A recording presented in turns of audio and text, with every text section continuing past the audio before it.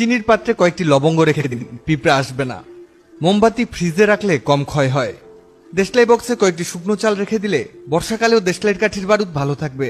ভাত সেদ্ধ হওয়ার আগে পানিতে কয়েক ফোঁটা লেবুর রস ও 1 চামচ তেল দিলে ভাত ঝরঝরা থাকে। ছোলা যতই সেদ্ধ করছেন কিন্তু গলাতে পারছেন না, ভেতরের দিকটা শক্তই থাকছে।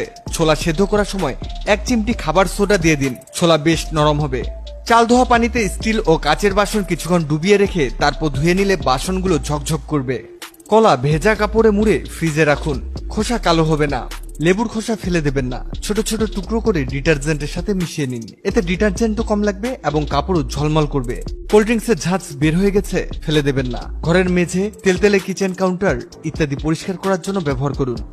কড়াই কিংবা ফ্রাই প্যানে খাবার পুড়ে গেলে দাগ পড়ে যায়, সেই দাগ দূর করতে কুচানো কিছু পেঁয়াজ দিয়ে গরম পানি ঢেলে রেখে দিন, এরপর পরিষ্কার করে ফেলুন, পোড়া দাগ উঠে যাবে।